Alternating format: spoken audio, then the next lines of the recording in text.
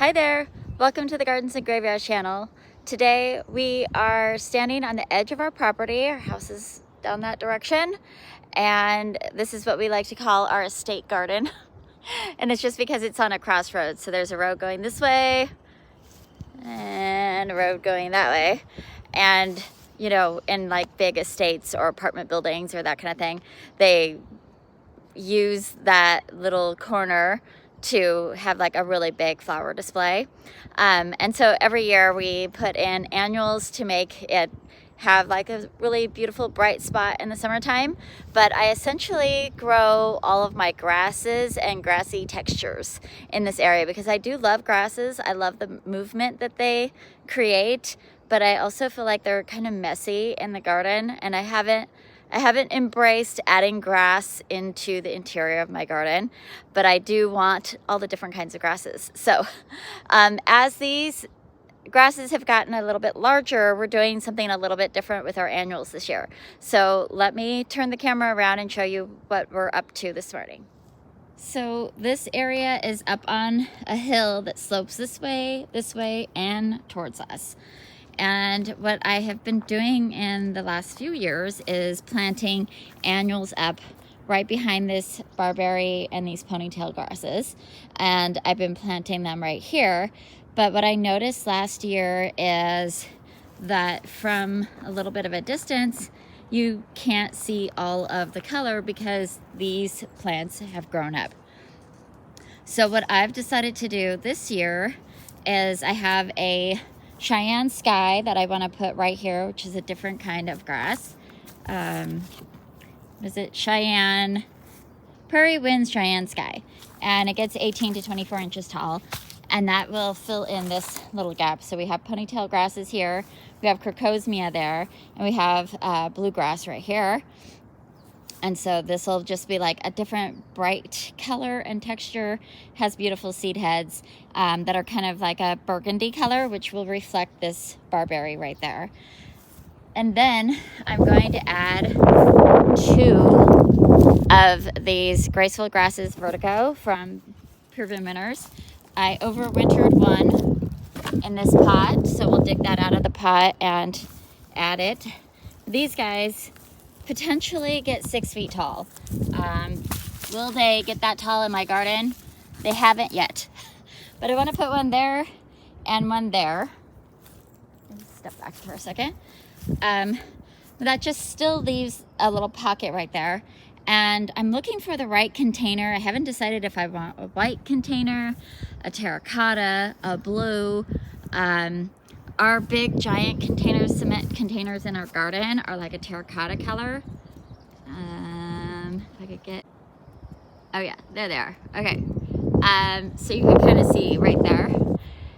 So there's a bunch of different options, and I just haven't made a decision yet, but I do want to elevate my annuals. So for this moment in time, because I have this container that is bursting filled with super petunias that need to get out of this smaller can, I'm going to plant everything up in this big nursery pot that was probably for a tree at one point in time, and just set them out there. And I'll either get a container big enough to slip this pot inside of, or transplant the petunias into a different pot when I find the correct one. So I'm gonna go ahead and get these grasses planted, and we'll get the petunias popped into that pot.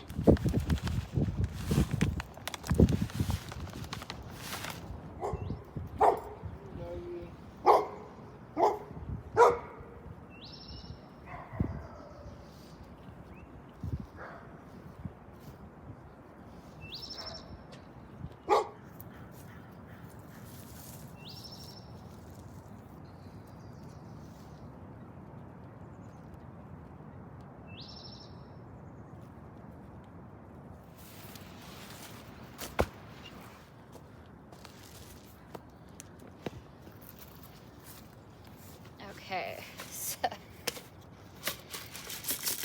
just gonna put slow release annual fertilizer in there. I'm gonna put this guy in first because I wanted more texture. So this is, but we're doing such a small area, maybe I shouldn't do that now. Where did we say we needed one of these? In a pot, some color somewhere. Pot by the, where? In a pot by the greenhouse. Oh. Okay. All right, we're just gonna use this one. So it's a complete with slugs. Cool, man. So it's like a instant basket that they put together, and it has jazzberry, bubblegum, and silver. Silverberry. Touch it. Silverberry. There's a slug in there. Yeah.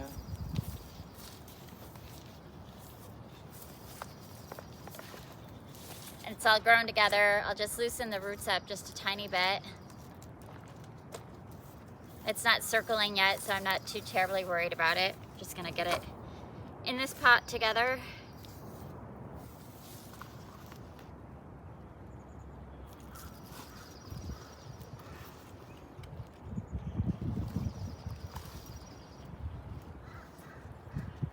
It's broken.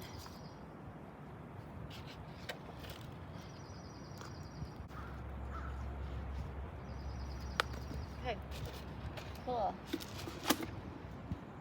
And yeah, since we're not going in the ground and covering a big area, I'm not going to add this fourth vista.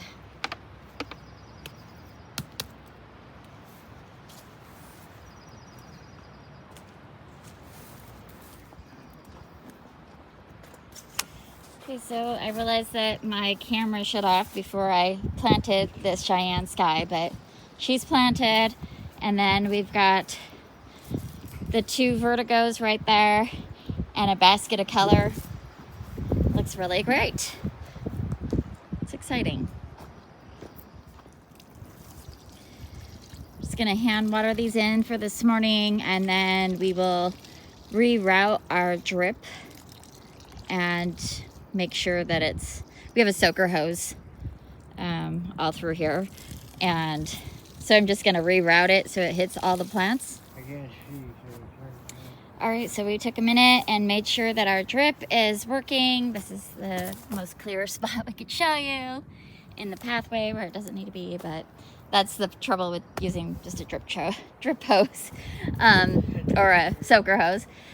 Although I did read that we could cut those and put clear poly, or just plain poly. So as we investigate more irrigation this summer, I might do that. But I rerouted everybody so that there is a little bit of a soaker hose on every plant, including I just popped it up the back side of this and got it in there. And then it comes down the outside there and on. We'll just hand fertilize that one pot, which we hand fertilize everything with our watering can. So, all right, this area is buttoned up other than mulch for the year. All right, that is gonna be it for today's video. Just quick and simple, but a high impact project. We enjoy having that color there so much, and so do our neighbors. We get lots of compliments throughout the summer how fun it is to come up. When our property is starting, because we have this bright pop of annuals happening in the corner, and I'm really pleased to see how well all of the grasses are doing. There's a little bit of weeding to do.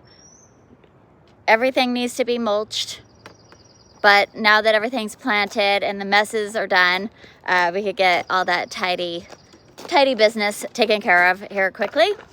That's going to be it for today's video. I hope you enjoyed it, and thank you for watching, and we'll see you in the next video. Bye.